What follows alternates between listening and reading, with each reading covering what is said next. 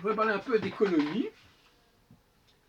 Je rappelle que le grand problème de la Grèce, avec son déficit, c'était le fait que les gens ne payaient pas leurs impôts. Eh bien, moi j'en tirerais une leçon. Quand quelqu'un a des difficultés économiques, c'est qu'il ne reçoit pas ce qui lui est dû. Donc, si je suis débiteur, c'est parce que les autres sont débiteurs par rapport à moi. Et donc il y a un déséquilibre.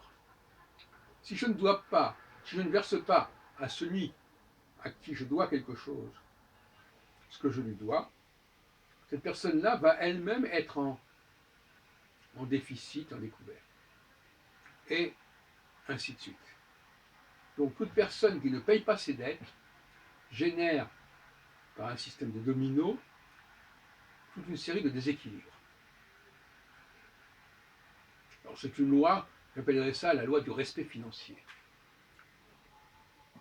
Si je ne respecte pas mes engagements par rapport à autrui, c'est très négatif pour l'organisation de la société.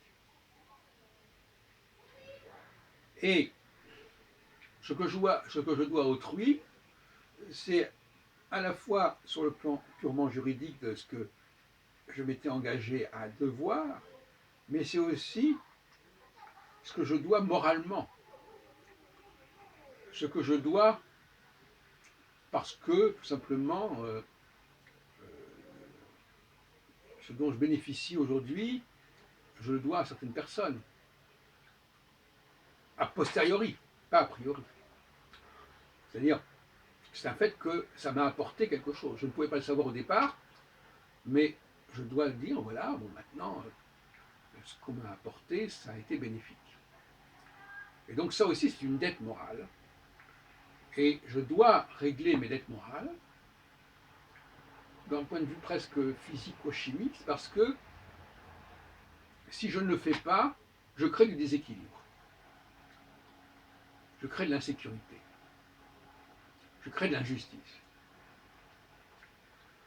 Voilà ce que je voulais dire. Donc, par conséquent, payons ce que nous devons à autrui pour empêcher qu'autrui ne puisse soit dans l'incapacité de payer ce qu'il doit lui-même, etc., etc. Dans un cercle vicieux ou heureux.